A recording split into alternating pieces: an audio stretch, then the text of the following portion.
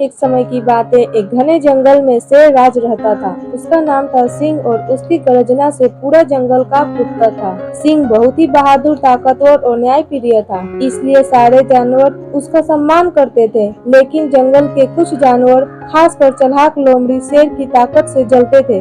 लोमड़ी ने सोचा, शेर तो राजा है, पर क्या हम उसे कमजोर साबित नहीं कर सकते? उसने एक योजना बनाई और बाकी जानवरों से कहा, क्यों न हम एक दिन के लिए शेर को चुनौती दे और देखें कि वो सचमुच कितना ताकतवर है। सभी जानवरों ने सोचा कि यह एक मजेदार विचार होगा और वे सहमत हो गए। अगले दिन लोमड़ी शेर के पास गई और बोली, महाराज, हम सब जानवर चाहते हैं कि आप हमारी कुछ चुनौतियों का सामना करें, ताकि हमें पता चले कि आप वास्तव में सबसे ताकतवर हैं। शेर ने मुस्कुराते हुए कहा, ठीक है, बताओ क्या चुनौती है। पहली चुनौती में हाथी ने शेर से कहा, आपको इस पेड़ को जड़ से उखाड़ना होगा। शेर ने अपनी पूरी ताकत से पेड़ को खींचा और उसे उखाड़ दिया। सारे जानवर चौंक गए, लेकिन चालाक लोमड़ी ने हार नहीं मानी। दूसरी चुनौती में लोमड़ी ने कहा, अब आपको इस पहाड़ी के ऊपर बिना रुके चढ़कर दिखाना होगा। शेर ने बिना थके पहाड़ी पर चढ़ाई कर ली और एक बार फिर उसने सभी को अपनी ताकत का परिणाम दे दिया।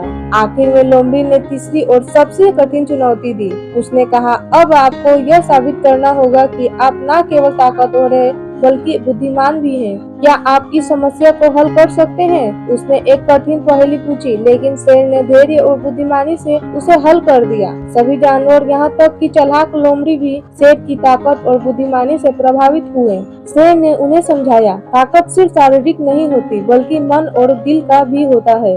अगर तुम अपने दिल और दिमाग को संतुलित रखोगे, तो कोई भी चुनौती बड़ी नहीं होगी।